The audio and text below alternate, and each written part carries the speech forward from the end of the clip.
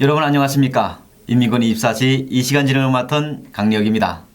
오늘도 전북항군 501 건설여단에서 생활을 하다가 2010년도에 대한민국에 입국한 김철 씨를 모시고 이야기를 나눠보도록 하겠습니다. 안녕하세요. 안녕하세요. 네. 안녕하세요. 김철입니다. 오시느라 고생 많으셨습니다. 뭐 괜찮습니다. 오늘 일이 너무 바쁘셔가지고 그냥 바쁜 척 하는 거죠. 네. 어렵게 또 오늘 모셨는데 네. 예, 저희가 얼굴을 못 본 지 한 2주가 되지 않나요? 네, 그렇게 된 것 같네요. 그렇죠. 네. 네. 이주대에서 다시 이 마이크 앞에 선 소감이 어떻습니까? 일단은 이 마이크가 내 마이크 같은 느낌?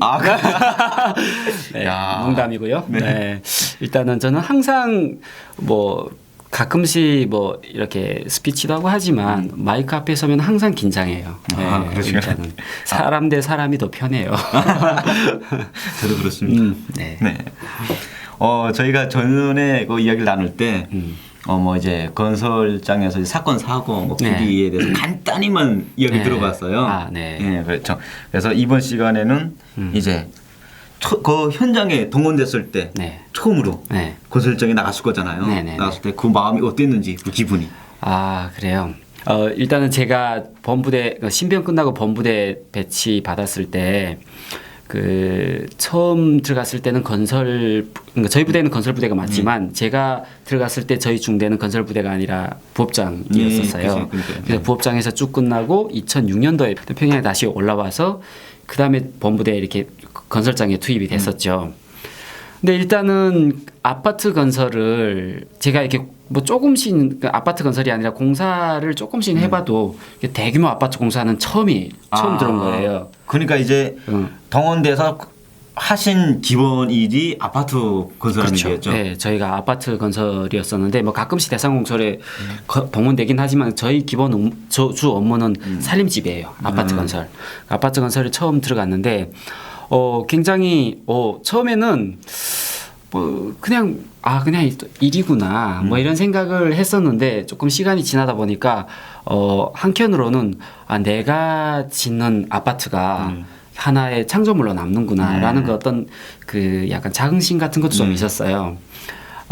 그런데 일단은 저희 아파트를 보통 북한에서 짓게 되면 건설 상무라는 게 있어요. 상무라는 걸 어떤 식으로 표현을 하냐면 여기식으로 표현하면 건설 준거죠. 그러니까 건설 주는 여기는 개인들이잖아요. 근데 그쪽은 정부단 말이에요. 정부인데 북한은 저희는 그러니까 군인들이다 보니까 군인들의 집을 지어요. 그러니까 건설 상무도 군인들이에요. 그래서 근데 그 건설 상무가 얼마나 파워가 있는가에 따라서 자재가 빵빵 들어와서 아파트가 빨리 지어지고 힘이 없으면 아파트 하나를 10년을 짓는 거예요. 그 자재가 못 들어오니까. 근데 저희 상무가 좀 힘이 없었어요. 그러다 보니까 그 아파트가 처음에 기초를 박아서 그러니까 저희가 진입을 했을 때 이미 그 아파트는 3층까지 올라갔던 그런 아파트였고요. 앞으로 4층을 더 올려야 되는 거예요. 근데 3층까지 지어지기까지 5년이 걸린 거예요. 그래서 좋게 말하면 일은 쉬웠어요. 그렇죠. 자재가 안 들어오니까 그냥 만날 청소만 하는 거죠. 청소 그냥 했던 거 또 하고 그렇죠. 또 하고. 자재가 많이 들어오면 계속 일해야 되잖아요. 계속 일해야죠. 그러니까 근데 또 안 좋은 거는 자재가 들어와야 그걸 팔아서 돈을 벌겠는데 좋은 것도 그렇죠. 그러다 보니까 조금 그게 안 좋았는데 그래도 좀 좋은 건 있었어요. 그러다 보니까 저희 중대가 한 개 중대 100명의 역량이 그 상무에 묶여가지고 아무 일도 못 하잖아요. 그러니까 그런 걸 알고 연대에서 저희 중대에다가 계속 인원을 차출을 해요. 이번에 한 개 소대 역량 연대에 원래 보내라. 그러면 그 사람들이 가가지고 어디 다른 데 가서 일을 하는 거예요. 다른 데 가서 공사에 동원을 되든 연대 그것 역시 공사인 거예요. 그렇죠. 그러니까 쉽게 말해서 힘이 있는데 건설 자재가 빵빵 들어오는데 지금 인원이 부족해. 그럼 연대에 요청을 하고 우리가 명령을 받아서 가는 거죠. 그런 데 가면 너무 좋은 거예요. 개별 작업. 흔히 북한의 군인들이 말하는 개별 작업으로 나가는 거죠. 그러면 일단은 민간인들을 대상을 하니까 아파트 건설은 무조건 민간인들을 대상을 하니까 그분들도 솔직히 자기 집을 건설하는 건설자들한테 잘 대해줘야 자기 집이 잘 간단 말이에요. 그래요. 예. 그러니까 원래 군인도 술 마시면 안 돼요. 네. 근데 술도 좀 뭐 그 주면서 그래요. 아, 술 마시면 안 되는 거 알면서 그래도 우리 집을 짓는 사람들인데 하고도 술도 대접하고 그리고 또 뭐 고기도 주고 이렇게 하면서 잘 얻어먹고 막 이러죠. 그러면 그 기초를 할 때 네. 우리 뭐 한국에서 집 짓는 것도 많이 보셨겠지만 네, 네. 우리 한국하고 조금 다를 것 같아요. 저희들이 뭐 저는 전문 건설장에서 일은 못 해봤지만 네, 네, 네. 집 짓고 뭐 이런데 많이 동원은 돼봤어요. 네, 저도 네. 동원됐을 때 대부분 우리는 인력으로 이거 기초를 그렇죠. 두르겠거든요. 이제 네, 네. 한마나 뭐 이런 걸 가지고 그냥 10안마, 5안마 이런 걸 네, 가지고 네. 나가가지고 네. 그 이제 덜 이제 요거 이만한 덜들 요거 그거 한마로 막 두들겨 박서 기초를 박거든요. 그렇죠. 맞아요. 전문 건설하는 부대들도 그렇게 하나요?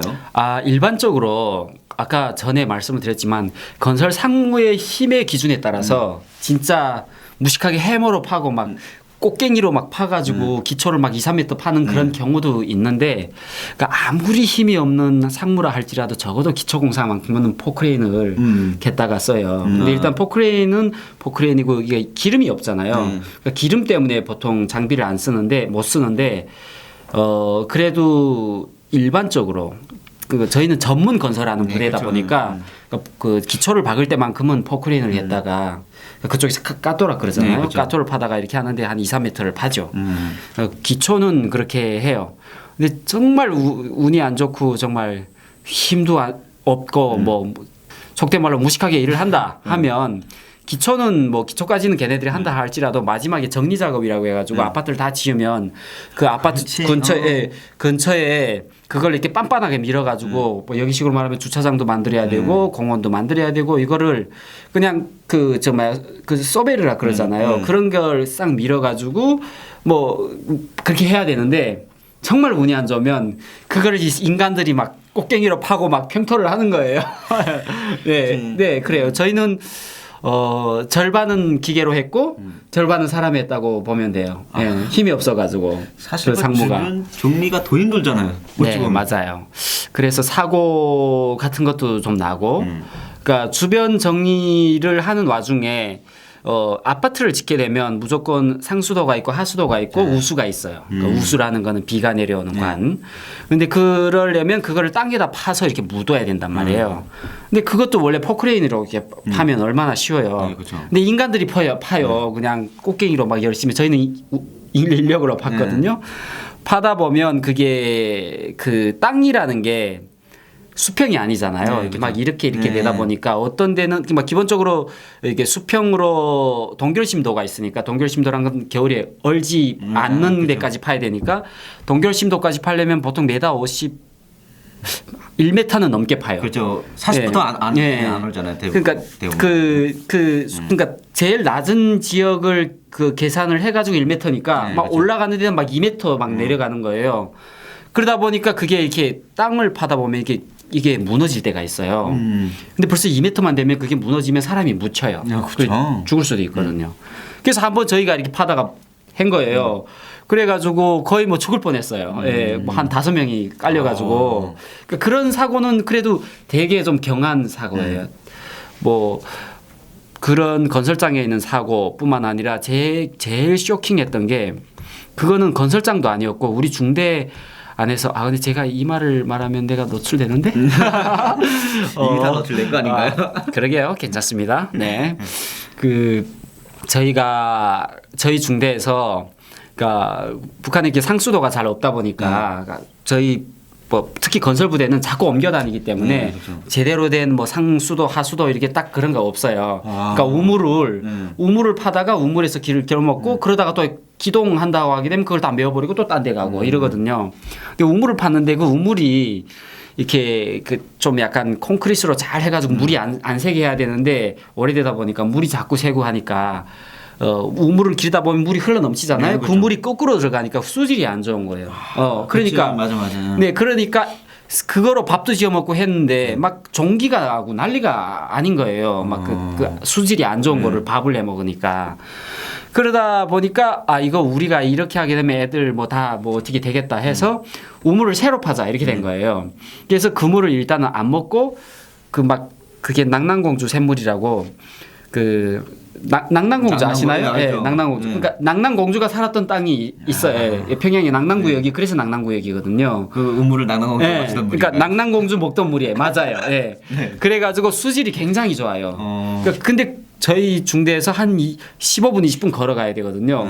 거기를 물통 메고 시다고모들이 물 기는 게 일이거든요. 그렇게 해서 다니까 너무 힘들잖아요. 그래서 우물을 파기 시작한 거예요. 그래서 뭐 소위 말하는 돌격대로 해가지고 중대 물질 문화 생활을 위한 돌격대. 그 돌격대 책임자로 제가 뽑혔어요. 아. 근데 그때 분대장 할 때인데 그러니까 그 책임자로 뽑힌 이유가 약간 희망 당원들 앞으로 당원이 그치. 될 사람들. 그러니까 정치 지도원이 그거를 이렇게 돌격대를 조직을 했는데 책임자를 막 하는 게 아니라 또 뭐 입당할 사람들 뭐 시키려고 하는 거죠. 그래서 저를 책임자로 해가지고 뭐 거기에 뭐 병사들 부대원들 이렇게 해서 뭐 세 명을 한 조로 해가지고 했었는데 내일이면 지금 제가 돌격대 책임자로서 일 안 나가고 네. 그것만 하는 거예요. 근데 오늘에 갑자기 말라리아가 걸린 거예요.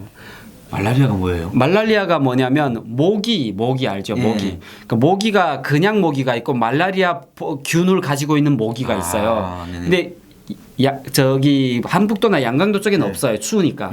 저기 남쪽 지대에 많거든요. 말라리아 그 균을 보기는.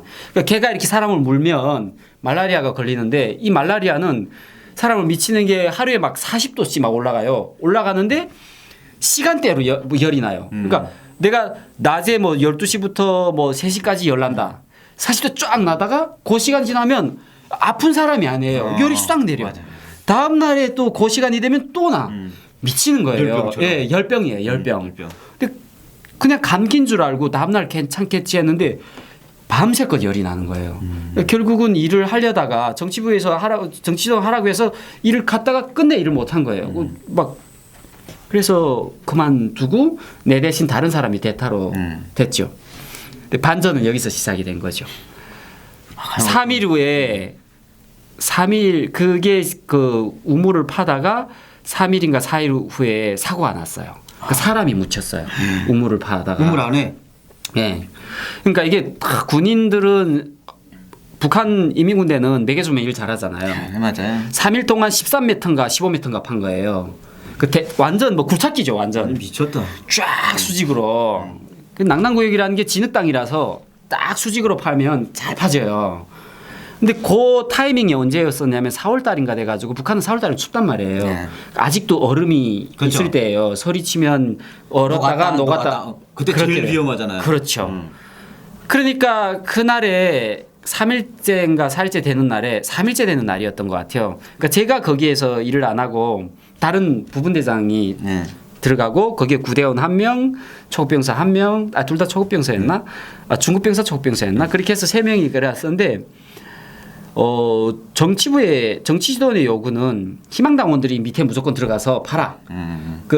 당연히 병사들 내려보내지 말고.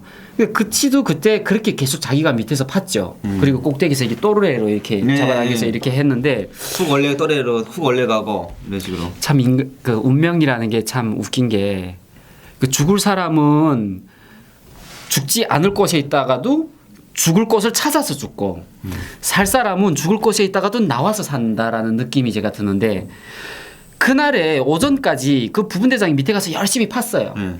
파고 오후에 올라가서 지금 일을 시작을 하는데 들어가기 싫은 거예요. 얘 느낌에. 부분대장. 예. 그래가지고 계속 안 들어가고 뭐 계속 뭐 이러고 있으니까 그 중급병사가 있다가 분향지 자기가 들어가겠다고 자원해서 들어간 거예요. 들어가자 20분 만에 무너진 거예요. 그래가지고 딱 요렇게 묻힌 거예요. 머리가 요렇게 딱 보이고. 그래서 생각만 해도 끔찍해요. 근데 그 진흙땅이란 건 얼마나 그게 그렇죠. 땅땅한 네. 숨 못 쉬거든요. 네. 이만큼만 들어가면 배꼽 위에 묻히면 사람 죽는다 그러거든요. 근데 그 땅땅한 진흙땅이 딱 요렇게 묻힌 거예요. 난리 났죠. 그래서 중대에서 막 소리를 쳐가지고 남아있는 뭐 질병이고 뭐고 그냥 다 모여가지고 그때 마침 점심시간이라서 이렇게 중대가 딱 밥 먹으러 들어올 때인데 그 일이 생긴 거예요. 그게 뭐 밥이고 뭐고 그냥 막 달라붙어서 그냥 사람이 들어가서 손으로 파고 막 하는데 또 무너진 거예요.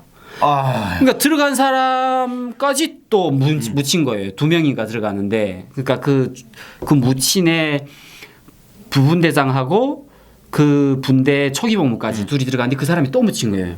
근데 얘네들은 다행히 한 이만큼 묻혀가지고 지금 밑에 깔린 사람은 둘째고 두 번째 들어간 사람이 묻히게 됐으니까 그 사람들 밧줄 내서 겨우 뽑았어요. 결국은 시간이 지났죠. 그런데 결국은 막 좀 시간이 지나서 겨우 팠는데 2시간 만에 판 거예요. 죽었죠 이미. 근데 참 너무 안타까운 게 그 사람들이 그 걔네들 그 분대장하고 그 죽은 애 분대장하고 초급병만 들어가서 막 팔 때 그때까지 살아 있었대요. 그러니까 막 뭐 이렇게 하고 있다가 갑자기 큰 소리로 비명 소리가 나더래요. 그러니까 숨이 넘어갈 된 거죠. 너무 끔찍해요. 아무튼 지금 생각해보면 너무 마음이 아프고 그 이름이 뭐 최모 씨인데 걔도 저처럼 대학 졸업생이었어요. 근데 걔는 3년 복무제로 나와가지고 다음에 제대대 갈 애거든요. 그러니까 너무 아무튼 마음이 아팠어요. 그래서 좀 힘드네요.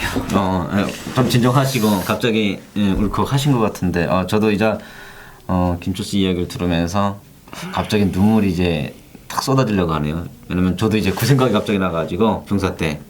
그러니까 너무 아무튼 그래서 저희 중대에서 그렇게 사고가 나서 걔가 죽었고 저희 중대에서 뭐 티슈 같은 거 없나요?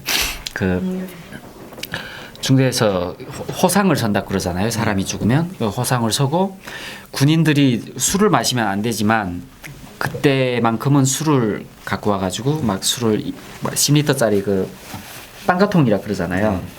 10리터짜리 물통에다 갖다 놓고 호상 서는 사람들은 무기 메고 계속 술 마시면서 이렇게 3일을 했었는데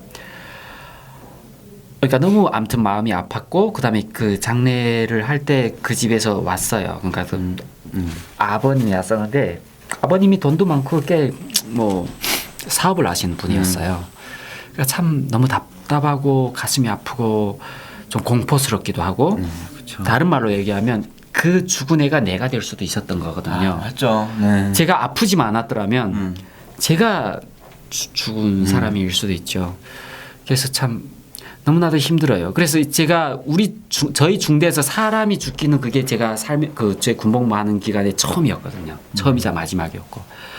그래서 아직도 그때 생각을 하면 너무 이렇게 공포스러워요, 솔직히. 또 네. 다른 일도 아니고 솔직히 김철 씨 아프면서 못 가는 일을 그 병사 가다 보니까 그렇게 그렇죠. 또 그런 사고 나니까 또 미안해 하고 야 내가 있었으면 나하고 바깥을 이런 목숨이었겠네라는 생각도 들고. 그렇죠, 그렇죠. 그러니까 뭐 참 여러 가지 감정이 다 섞이는 것 같아요. 하나는 너무 안타깝다. 그 어떻게 그 다음에는 제대될 애인데 죽었다라는 생각이고 또 다른 생각으로는 그 죽은 사람한테는 미안한 얘기지만 다행스럽다라는 그렇죠. 생각도 했고, 그러니까 되게 감정이 미묘했어요. 그리고 그게 사실 북한 군인들의 현장이에요. 진짜 북한 군인들 건설부대였던 어떤 부대였던 간에 북한 군인들은 언제든지 죽을 수 있는 일이거든요. 죽어도 네. 근데 뭐 그렇게 죽어도 네. 뭐 북한에서 뭐 그렇다고 뭘 해주는 것도 없잖아요. 그렇죠. 그래가지고 그나마 북한에서 일단 돈을 지원해 주는 것도 없고 그나마 지원을 해줬는데 그 전사자로 그래서 뭐 어차피 군사 임무 수행 중에 한 거니까 전사자로 그게 뭐 굉장히 절차가 까다롭다고 하는데 저희 정치돈이 조금 힘이 있었어요. 북한식으로 말하면 빨랫줄이 좀 있었죠. 그래가지고 강력하게 해서 뭐 전사자로 해줬다고 하더라고요. 근데 전사자를 하면 어때요? 그게 뭐 그렇다고 해서 연금이 나오는 것도 아니고 뭐 집에다가 뭐 TV 냉장고를 주는 것도 아니고 그냥 전사자 뭐 명예 그것밖에 없죠. 그렇죠. 죽은 다음에 뭐 뭔 필요가 있어요. 그게. 그렇죠. 죽은 다음에 뭐 죽은 개가 산 개가 뭐 죽은 정승보다 못하다고. 참 그래서 저는 사실 군복무를 10년을 했지만 살아 돌아온 것이 너무나 감사해요. 솔직히. 그렇죠. 지금도 아마 정말 그 현장에서 죽어가는 군인들이 수없이 많을 거예요. 너무나도 많죠. 그렇게 너무나도 죽어도 많죠. 아무런 대가 보수도 없고 그것이 너무 안타까운 네, 거예요. 그러니까 네. 그렇게 그런 일 당하면서도 그냥 우리는 모르고 그냥 이렇게 해야 되는가 보다 하고 사는 사람들. 그렇죠. 그런 안타깝죠. 군인들이 끝없이 많으니까 네네. 이게 저도 너무 이제 대한민국에 와서 느끼는 게 안타까운 게 그런 현실 같고 네. 정말인데 빨리 저 북한 땅이 빨리 어떻게 개변이 돼가지고 그렇죠. 아까운 목숨들이 정말 목숨 잃지 않았으면 바랍니다. 그렇죠. 네, 오늘 여기까지 듣겠습니다. 수고 많으셨습니다. 네, 감사합니다.